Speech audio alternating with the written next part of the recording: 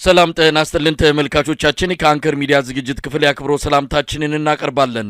በማዕከላዊ ጎንደር ሻውራ በተደረገው ውጊያ ከፍተኛ ቁጥር ያለው የአገዛዙ ሰራዊት መማረኩ ተገለጸ።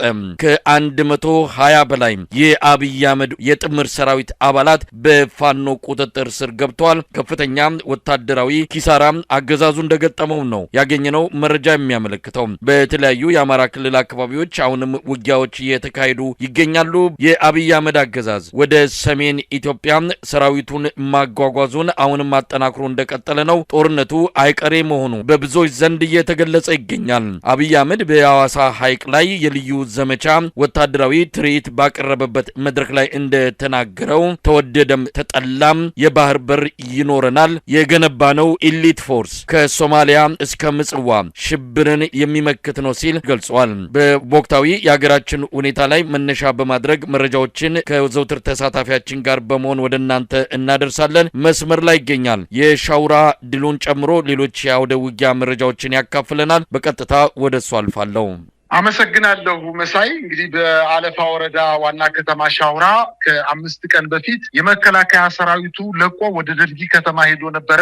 ከመከላከያ ሰራዊቱ አንድ ክፍለ ጦር በሻውራ ከተማ ለረጅም ጊዜ የቆየ ቢሆንም ነገር ግን ከበባ እንደሚፈጸምበትና በዛ አካባቢ የሚንቀሳቀሱ አድዋ፣ ኦሜድላና ካራማራ ክፍለ ጦሮች እንደተከበበና ሊመታ እንደሚችል ተነጥሎ እንደቀረ ከዋናው ማዘዣ ጣቢያ ከባህር ዳር የሚሆን ከጎንደር በጣም የራቀና የተነጠረ እና እገዛ ላይ ሊደርስለት እንደማይችል ስለተረዳ ወደ ጎንደር ጠጋ ማለት ፈለገና ወደ ደልጊ ከተማ ሸሽቶ ነበረ። ነገር ግን በጎጃም በኩል ደንገልበር በተባለ መስመር ወደ ሻውራ ከተማ ከአንድ ክፍለ ጦር 4 እጥፍ የሚያክል የአድማ ብተና ኃይል ከ3 ቀን በፊት በዛ ከተማ ገብቶ ነበረ። የፋኖ ኃይሎች ከተማዋን ከበው ለረጅም ጊዜ እናንተ አዳዲስ ስልጥኖች ናችሁ፣ ስለዚህ ከተማዋን ያለ ውጊያ አስረክቡን በማለት በሀገር ሽማግሌዎች በሃይማኖት አባቶች አስጠየቋቸው።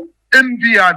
ስለዚህ በይሳው ካሳ ሁለተኛ ኮር ስር የሚገኙት የአድዋ፣ ኦሜድላና ካራማራ ክፍለ ጦሮች እንዲሁም የአድዋ ክፍለ ጦር ሙሉ ኃይሉን በመጠቀም ውጊያ በመክፈት ከቀኑ 7 ሰዓት የጀመረ እስከ ምሽቱ 12 ሰዓት ተኩል ድረስ ጠንካራ ውጊያ ተደርጎ በርካታ የአድማ ብተና ኃይል ከተማዋ ላይ ወድቆ እንደሚታይና ከ120 በላይ የአድማ ብተና ኃይል እጅ እንደሰጡ ከ320 በላይ ክላሽንኮቭ በእጃቸው እንደገባና ለ5 ተከታታይ ሰዓታት በተደረገው ውጊያ በአሁኑ ሰዓት ከተማዋን በፋኖ ቁጥጥር ስር መግባቷንና በተደረገው ውጊያም 2 ድሽቃ፣ 2 ስናይፐር፣ 1 ብሬን እና በርካታ ሺህ ቁጥር ያለው የክላሽ፣ የድሽቃ፣ የሞርተርና የስናይፐር ተተኳሾችን በእጃቸው ማስገባታቸውንና በ4 አቅጣጫ ከበባ በመፈጸም ከተማዋን የአድማ ብተና ኃይሉ መውጫ ቀዳዳ ሲያጣ ብቻ በሽማግሌ ተጠይቆ እምቢ ብሏል። በሃይማኖት አባቶች ተጠይቆ እምቢ ብሏል። በአካባቢው ከፍተኛ ተቀባይነት ያላቸውን ሰዎች ልከው እጅ ስጡ ስለተባሉ አሻፈሬ በማለታቸው ውጊያ ከፍተው በ5 ተከታታይ ሰዓታት ያለማቋረጥ ውጊያ አድርገው አሁን በዚህ ሰዓት የሻውራ ከተማ በፋኖ ቁጥጥር ስር መግባቷን ለማወቅ ተችሏል። በርካታ አስክሬን በከተማዋ ላይ ወድቆ እንደሚገኝ እዛው አካባቢ ያለ የአንከር ሚዲያ መረጃ ምንጫችን አድርሶልናል። በሌላ ዜና በደቡብ ጎንደር ከ4 ቀን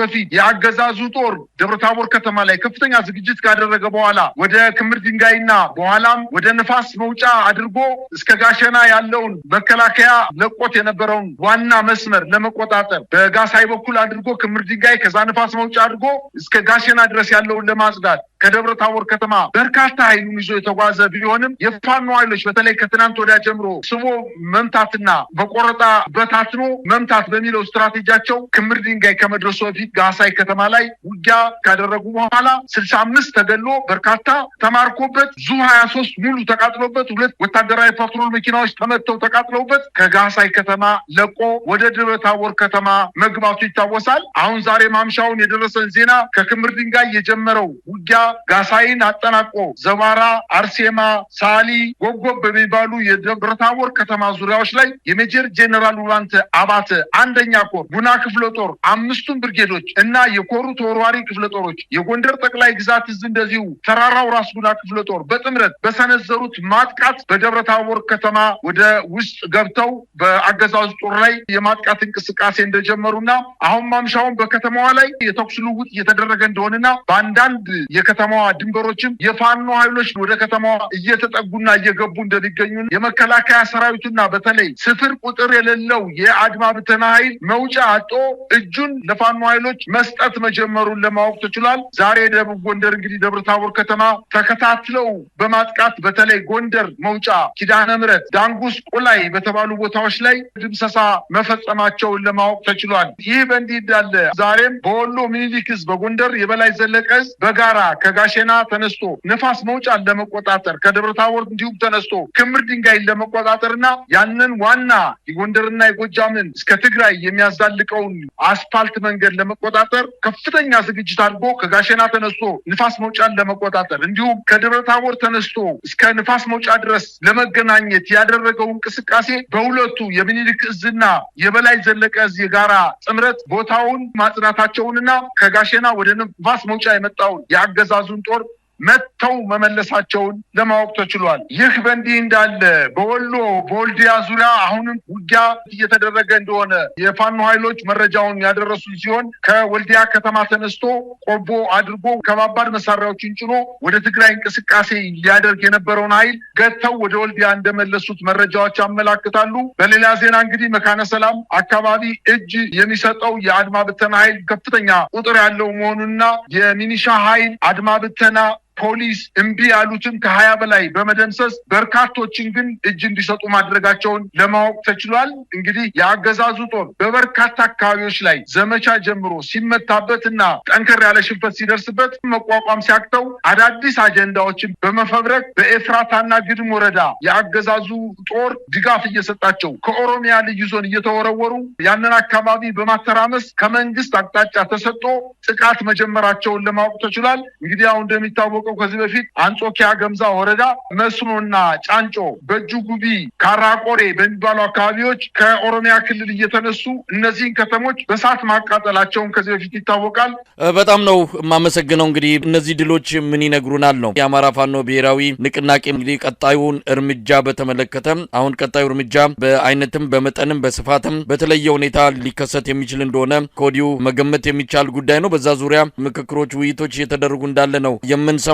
በዚህ መሃል ሀገሪቱ በበርካታ ክስተቶች፣ ቀውሶች እንደዚሁ ተወጥራ የተያዘች ሆናለች። አብይ አህመድ ጦርነትን እየቀፈቀፈ ይገኛል። በሌላ እጁ ደግሞ የሰላም ተምሳሌት የልማት አርበኛ ሆኖ ለመታየት የሚያደርገው መፍጨርጨር በሚቆጣጠራቸው ቴሌቪዥኖች ላይ በድምቀት የሚታይ ጉዳይ ሆኗል። አብይ አህመድ በአማራ ክልል አቅም እያጠረው እንደመጣ ጦርነቱን የሚደግፍ የሰው ኃይልና የገንዘብ አቅሙ በከፍተኛ ደረጃ እየተመናመነ በአሁኑ ሰዓት በማንኛውም መልኩ በአማራ ክልል የሚደረገውን ጦርነት ለማስቀጠል የሚያስችል ቁመና እንደሌለው ከድምዳሜ ላይ ደርሰው ሁኔታውን እንዴት መለወጥ እንዳለባቸው፣ እንዴት ጉዳዩን መቋጨት እንዳለባቸው እየመከሩበት ነው። አብይ አህመድ በአሸናፊነት የአማራን ክልል አንበርክኬም ከዛም ወደ ትግራይ ወደ ኤርትራን በማማተር ሁሉንም ዝምጭጭ አሰኛለሁ፣ የብልጽግናን መንግስት አዲስ አበባ ላይ አጸናለሁ ብሎ በጀብደኝነት ተነስተዋል። ምን ማለት እንችላለን? አሁን የሚያደርጋቸው አጠቃላይ እንቅስቃሴዎች በተለይ ወደ ሰሜን ኢትዮጵያ አካባቢ ጦርን እያጓጓዘ መሆኑ የአማራ ኃይልን መቋቋም አቅቶት ነገር ግን ለሌላ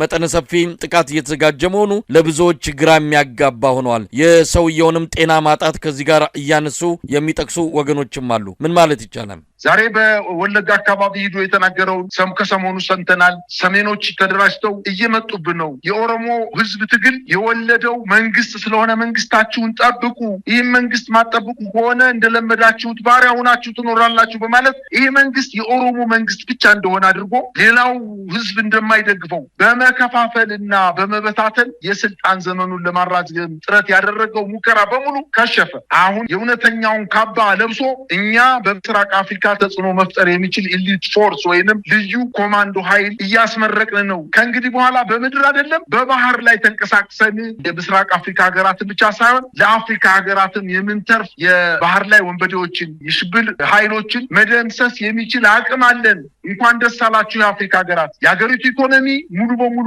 በጦርነት ወድሞ ባለበት ሰዓት ይሄ መንግስት በህዝቦቹ ዘንድ ጽዩፍ የሆነ ስርዓት እንደሆነ እየታወቀ ነገር ግን እሱ ራሱን እየገመተ ያለው ብትጠሉኝም እና እናንተ ብታረክሙኝም ለምስራቅ አፍሪካ እየተዘጋጀው ነው፣ ለአፍሪካ መድኃኒት የሆነ ኃይል እያዘጋጀው ነው በማለት እንግዲህ ከምጽዋ እስከ ሶማሌ ጫፍ ድረስ ሽብርን የሚያስቀር ቴክኖሎጂን የታጠቀ ልዩ ኃይል አቋቁመናል። ስለዚህ የምስራቅ አፍሪካ ሀገራት ብሎም የአፍሪካ ሀገራት እንኳን ደስ ያላችሁ በማለት ለ7 ተከታታይ ዓመታት ሀገሪቱን በጦርነት አውድማ የወቃ ህዝቦቿን አርሰው እንዳይበሉ፣ ነግደው እንዳይኖሩ፣ ተምረው ለደረጃ እንዳይበቁ፣ ሀገርን እንዳይረከቡ ለማድረግ ሀገሪቱን ብትንትኗን አውጦ በሚገኝበት በዚህ ሰዓት ልክ ሀገሪቱ የተረጋጋች እንደሆነች የአፍሪካ ሀገሮች የተረፈ ኃይል እንዳለው አድርጎ የሚናገረው በፍጹም የሀገሪቱን አጠቃላይ ሁኔታ የማይገልጽ መሆኑንና ፍርሃት የወለደው መፍረስ ጫፍ ላይ የደረሰ ስርዓት እንደሆነ ነው መገንዘብ የሚቻለው። በአጠቃላይ ይሄ 65ኛ ዓመት የልዩ ዘመቻ እዝ የተባለው ኃይል ከዚህ በፊት ምንም ታሪክ የሌለው በየትኛውም ሀገር ሂዶ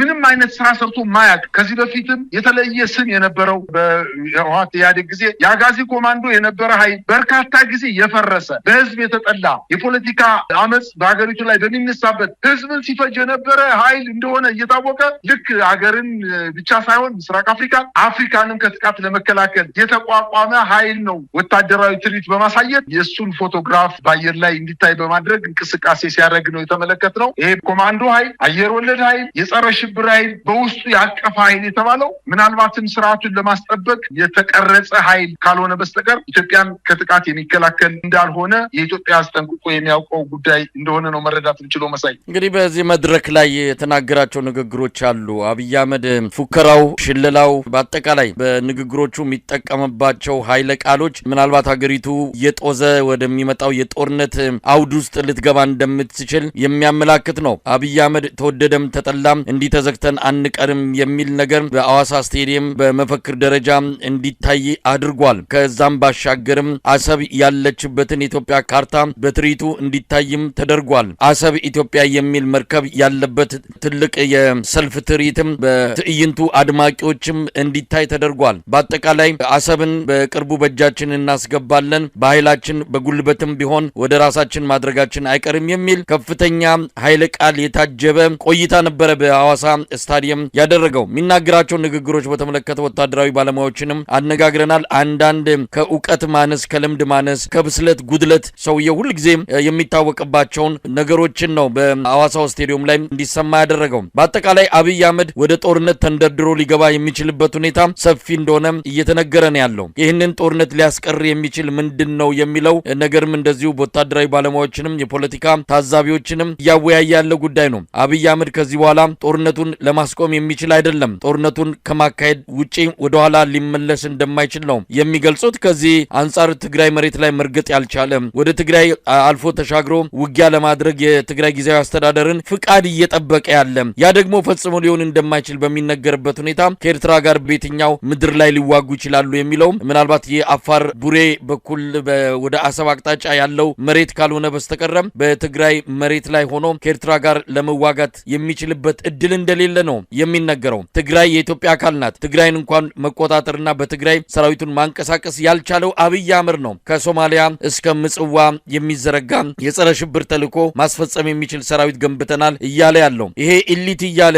የሚመጻደቅበት ሰራዊት ሰሜን ሸዋ በቅርቡ በተደረገ ውጊያ በፋኖ ታጣቂዎች ከፍተኛ ኪሳራ የደረሰበት ነው። ባለፉት 8 ዓመታት አብይ አህመድ ያሸነፈው ጦርነት የለም። የትግራይም ከሆነ በትግራይ የተካሄደውን ጦርነት ያሸነፈው ምናልባትም በኤርትራና በፋኖች በአማራ ልዩ ኃይል ትብብር እንደሆነ ይታወቃል። በአንድ ጦርነት እስከ 6000 ሰራዊት የሚማረክበት በኢትዮጵያ ታሪክ ታይቶም ተሰምቶም በማይታወቅ መልኩ ሰራዊቱ እየፈረጠጠ እስከ ሰሜን ሸዋ የደረሰበት ክስተት ነው በአብይ አህመድ ዘመን የተስተናገደው። ያሸነፈው ጦርነት የለም። አብይ አህመድ እንዲህ አይነት አሳፋሪ ታሪክ ይዞ ነው እንግዲህ ለሌሎች ጦርነቶች እየተዘጋጀን ነው፣ እስከ ምጽዋ የሚዘረጋ ኃይል እየገነባን ነው እያለ የሚመጻደቀው። የተባበሩት መንግስታት ድርጅት አንድ ማዕቀብ እያዘጋጀ ነው። በሱዳን ጦርነት ውስጥ እጃቸው ያለበትን አካላት በሙሉ እያስጠነቀቀ ነው። አሜሪካም በዚህ ጉዳይ ላይ ቀጥ ያለ አቋም ይዛ እየመጣች ነው። አብይ አህመድ ሁለመናውን እዚህ ጦርነት ውስጥ አስገብተዋል። በአንድም ይሁን በሌላ ከታላላቅ የዓለም አቀፍ ተቋማትና ምዕራባውያን መንግስታት ጋር የሚያላትመውን አቋም ነው ይዞ እየፈረጠጠ ያለው አብይ አህመድ። ኢትዮጵያን ለሌላ ዙር መከራ፣ ለሌላ ዙር ጦርነት አንደርድሮ ሊያስገባት ጥድፊያ ላይ ይገኛል። መሳይ የመከላከያ ትልቁ ጉልበቱ የሪፐብሊካን ጋርድ ኮማንዶ አየር ወለድ እና ሌሎችም ኢሊት ያላቸውን አቅም ያላቸውን ወታደሮች አይደለም። ዋነኛው ትልቁ የመከላከያ ጉልበት ከኋላ ያለው የህዝብ ድጋፍ። አሁን በዚህ ጊዜ የኢትዮጵያ ህዝብ የኢትዮጵያን መንግስት እጅግ በጣም የሚጸየፈውና በጣም የናቀው ስርዓት እንደሆነ በደንብ አድርጎ አውቆታል። ይህ ሰውዬ ከስልጣን ቢወርድም የትም አይሄድም። ምንም ያተርፈው ኃይል የለም። ምናልባት የትግራይ ክልል ጊዜያዊ አስተዳደር የነበረው ጌታቸው ረዳ በህወሓት ፌዴራል መንግስቱ ጦርነት ወቅት ኤርዶጋን አያድነውም፣ ፑቲን አያድነውም እያለ እንደተናገረው ይህ ሰውዬ በስልጣንም ቢቀጥል ከስልጣንም ቢወርድ የሰራቸው ወንጀሎች የትየለሌ በመሆናቸው የትም ሊያመልጥ አይችልም። በዓለም አቀፍ ወንጀል በኢትዮጵያ ወንጀል እንኳን ባይጠየቅ በዓለም አቀፍ ወንጀል በሄግ ቀርቦ በኢትዮጵያ ላይ የፈጸመውን የዘር ጭፍጨፋ፣ ወታደራዊ ወንጀሎች፣ የጦር ወንጀሎች በአማራ ክልል፣ በኦሮሚያ ክልል፣ በትግራይ ክልል የፈጸመው አስገድዶ መድፈር ብቻ እድሜ ልክ ወይም ሞት ሊያስፈርድበት የሚችል ወንጀል እንደሰራ በደንብ አርጎ አውቆታልና እስከ መጨረሻው የኢትዮጵያን ህዝብ በድሎ በስልጣን ላይ መቆየት ነው የሚፈልገው። ስለዚህ የህዝብ ድጋፍ እንደሌለው አውቋል። እሱ እንደሚለው በኢሊት ፎርስ ከሆነ ምናልባትም ከዚህ በፊት የዛሬን ያርገውና ጀነራል ጻድቃን በ12ኛውና በ10ኛው መቶ ክፍለ ዘመን የነበረውን በሰው ማዕበል አገርን መውረድ የሚገጥምህን ሰራዊት መጥቶ ማሸነፍ ቢሆን ኑሮ እነ ጻድቃን ይዘውት የመጡት ያኔ ከመከላከያ ጋር ገጥመው መከላከያን አሸንፈው አዲስ አበባ በ15 ቀን ይገቡ ነበረ። ምክንያቱም በሚሊዮን የሚቆጠር የሰው ኃይል ነበር ይዘው ከትግራይ እየተነሱ። በሰው ኃይል ያሸነፈ ወይም በጦር መሳሪያ ያሸነፈ አገር የለም። ይሄ ስርዓት በወታደር የሚመካበት አንደኛው ምክንያቱ የህዝብ ድጋፍ ስለሌለ ነው። ብቸኛ ምሽጉ አሁን የቀረው መከላከያ ሰራዊት ደግሞ የተሰላቸ የደከመ የፈለከውን ያክል ብታስታጥቀው የፈለከውን ያክል ደሞዝ ብትከፍለው ምክንያት የሌለው ውጊያ ስለሆነ እያደረገ ያለው መሸነፉ አይቀርም። ነገር ግን ልክ ምንም እንዳልሆነ አይደለም ለኢትዮጵያ ለምስራቅ አፍሪካና ለአፍሪካ የተረፈም እንደሆነ የሚናገርበት ዋነኛ ምክንያት የመሸነፉ የመጀመሪያ ምዕራፍ ላይ የደረሰ መሆኑን አንደኛ እንደው የራሷ ሲያርባት የሰው ታማስላለች የሚባል አንድ አባባል ኢትዮጵያ ውስጥ የራሱን ህዝብ በድሮን እየፈጀ የራሱን የተማረከ መከላከያ ሰራዊት እየፈለገ ያደነ በአማራ ክልል በፋኖ ቁጥጥር ስር የሚገኙ የመከላከያ ሰራዊት በመቶዎች የሚቆጠሩ ወታደሮችን የራሱን ህይወታቸውን ገብረው ስርዓቱን ሊያቆዩለት የዘመቱ ወታደሮችን በድሮን እየፈጀ ያለ መንግስት እንደው ተርፎ አልፎ ሂዶ ለምስራቅ አፍሪካና ለአፍሪካ የሚተርፍ ጦር አለኝ ማለት ከሞከረው እስኪ እንግዲህ ይሞክረውና ይየው የኢትዮጵያ ህዝብ የሚደግፈው ከሆነና በኋላ የምናየው ይሆናልና ቅርብ ናት እኮ ኤርትራ ለኢትዮጵያ በጣም ቅርብ ናት። ሰራዊቱም ወደዛ እየተጠጋ ነው። ይጀምር ፉከራውና ቀረብቶውን ያቁምና ውጊያውን ይጀምርና የሚመጣበትን ጣጣ ያየዋል። ምናልባት እሱን የፈጥረው ጣጣ በኢትዮጵያ ህዝብ ዘንድ ራሱ ትልቅ መከራ ሊያመጣ የሚችል ጦርነት ውስጥ እየገባ እንደሆነ ነው የሚሰማኝ። ከዚህ በፊት ዱቄት አድርገናቸዋል። ከእንግዲህ በኋላ ህወሓት የሚነሳበት አቅም የለም። መቀሌንም በሻሻ አድርገናታል ብሎ የተናገረው ስርዓት ምን ያክል ወዲያውኑ ወር ባልሞላ ጊዜ ውስጥ እንዴት አድርገው አሳደው በሁለተኛው ዙር የህወሓት ጦርነት አሳደው ወደ አማራ ክልል ተዘረግፎ እንደመጣ እናውቃለን። የመከላከያ ሰራዊት እናፍርበታለን። ሁል ጊዜ ምክንያት አልባ ጦርነት እየገባ እያለቀ ያለ ሰራዊት፣ እርሾ የሌለው ሰራዊት፣ ነባር አዋጊው ያለቀበት ሰራዊት፣ ምንም ውለታ ማያውቅ መንግስት ላይ እያገለገለ ያለ ሰራዊት፣ በሰራዊቱ ላይ እየተነገደ ያለ ሰራዊት ከልባቸው ይዋጉልኛል ብሎ አስቦ ከሆነ ይጀምረውና ከዛ በኋላ ያየዋል ነው ማለት የምንችለው። መሳይ ትግራይ ክልል ውስጥ እንግዲህ ልመና ቀረሽ ንግግር ነው እየተናገረ ያለው። መጀመሪያ ትግራይ ክልል ከፌዴራል መንግስቱ ጋር ተወያይቶ የነባሩን የሰሜን እዝ ሰራዊቱ እንዲገባ የትግራይ ክልላዊ መንግስት ፍቃድ ሰጠ በማለት የተሳሳተ መረጃ ቀረቡ። ወዲያውኑ ሳይድር የትግራይ ክልል ጊዜያዊ አስተዳደር ጊዜያዊ ፕሬዚደንቱ ሌተናንት ጀነራል ታደሰ ወረደ ሐሰተኛ ወሬ ነው፣ እኛ አልፈቀድንም፣ የፕሪቶሪያው ስምምነት መከላከያ ሰራዊት የሚገባው የተጠየቁ ጥያቄዎችን መመለስ ይቻል እንጂ አሁን በፈቅደን የምናስገባው አይደለም ሲል በክልላቸው እንዳይገቡ ትግራይ ክልል አገደች በማለት እንደገና መልሰው ወደ ልመና ሄዱትና በአጠቃላይ ትናንት የተናገረውን ዛሬ የማይናገር እሱ የተናገረው እሱ የፎከረበት ሜዳ ድል የተገኘበት አንድም አካባቢ ያላየን መሆኑንና እሱ የላካቸው ሰራዊት ምናልባትም በተሳሳተ መንገድ ገብተውም እንኳን ቢሆን አንድ ሰዓት ባልሞላ ውጊያ ውስጥ እየተማረከ እየተበተነ የያዘውን መሳሪያ እያስረከበ ምናልባትም በፋኖ አመራሮች ጀነራል ብርሃኑ ጁላን ምንድነው የሚሉት አስታጥቄ ድሽቃ አስታጠቀ፣ ሞርተር አስታጠቀ፣ ስናይፐር አስታጠቀ። አብይ ግን ጥቁር ክላሽ መከላከያ ብቻ ይዞ የነበረ ሲል የነበረው ዛሬ ድሽቃና ሞርተርን ዙ23ንና ምናልባት ፒፒ ታንክን የፋኖ ኃይሎች የታጠቁት ገዝተው ወይም ከጎረቤት ሀገር አምጠው ሳይሆን ከመከላከያ ኃይሉ እየነጠቁ ሰራዊቱን እያፈረሱት እንደሚገኙና ምናልባትም በዚህ አጭር ቀናት ውስጥ ዛሬ ተጀምሯል። ደብረ ታቦር ድግመኛ ወደ ከተማው እየገቡ ነው። በበርካታ የደቡብና የማዕከላዊ ጎንደር እንዲሁም የምዕራብ ወሎ አካባቢዎች ላይ የፋኖ ኃይሎች ጭንቀት የፈጠሩበት እና መከላከያው መውጫ አጥቶ እጁ የሚሰጥበት ጊዜ ላይ እንደተደረሰ ስላወቀ ፍርሃት የወለደው ንግግር አካባቢው እየሄደ በሰሜን አካባቢ ጉልበት በሚጨምርበት ሰዓት ወደ ደቡብ አካባቢ ይመጣል፣ ወደ ደቡብ ምዕራብ አካባቢ ይሄዳል፣ ወደ ኦሮሚያ አካባቢ ሄዶ እናንተ የኔ ወገኖች ናችሁና እነዛኞቹ እናንተ ያልሆኑ ወገኖች ወደ ኢትዮጵያ ማዕከል እየመጡ ስለሆነ እኔን አግዙኝ በማለት እርስ በርሱ ብሔርና ብሔር እንዲጋጭ ለማድረግ ከፍተኛ ጥረት እያደረገ ስለሆነ የኢትዮጵያ ሕዝብ አንድ ሆኖ ይህን ስርዓት መታገል እንዳለበት ነው እንደው እግረ መንገድ የማሳሰብ የምፈልገው መሳይ። በጣም ነው የማመሰግነው። እንግዲህ የአብይ አህመድ አገዛዝ ቀደም ሲል በመግቢያችን እንዳልነውም ሁለት ነገሮችን አቋሞችን በአንድ ጊዜ በአገሪቱ ውስጥ ማስኬድ የሚፈልግ ተራ ጀብደኛ ነው። ልማትንም ጦርነትንም ሰላምንም እንዲሁ ግጭትንም በኩል ማስተናገድ ይቻላል ብሎ በሁለቱም በኩል ከፍተኛ የሆነ የፕሮፓጋንዳ ዘመቻ እያካሄደ ከስራው ይልቅ ቴሌቪዥን ላይ የሚበዛው የሱ ጩኸት ነው እንግዲህ ሀገር ምድሩን ያደበላለቀው። መቼ ነው እንደው ይሄ ሰውዬ ቁጭ ብሎ ሀገሪቱ የምትፈልገውን የሚያስፈልጋትን ህመሟን የምታክም ትክክለኛ ችግሯን የምትፈታበትን መፍትሄ የሚሰጠው ተብሎ ሲጠበቅ እሱ እረፍት የለውም። መዞር ነው ስራው። ሳይክል ሲነዳ፣ ኳስ ሲጠልዝ ትዕይንት ነው ለኢትዮጵያ ህዝብ እያሳየ ያለው። ስራውን ጨርሶ ጣጣውን ጨርሶ የቤት ስራውን አጠናቆ ነው እንዳይባል ሀገሪቱ በችግር በአንድ እግሯ ቆማ ከመቼ ሀገር ይፈርሳል ብሎ ህዝቡ ከፍተኛ ስጋት ውስጥ ነው ያለው። ነገር ግን ያን የሚያይ አይን የሚሰማ ጆሮም የለውም። ልቦናው ተደፍኗል። የሚናገረውን መልሶ እያዳመጠ በራሱ የሚረካ ሀገርንም ወደ ገደል እየከተተ ያለ እጅግ በጣም ነውረኛ ግለሰብ መሆኑን የኢትዮጵያ ህዝብ በደንብ ተረድቶታል። ምናልባት ይሄ ዘመን አብቅቶ ይህንን ታሪክ ወደፊት የምናወራበትና የምንማርበት ሆኖ እንደሚመጣ ተስፋ እናደርጋለን። ለዛሬ አብቅተናል። በጣም ነው የማመሰግነው። መልካም ቀን። እኔም አመሰግናለሁ መሳይ።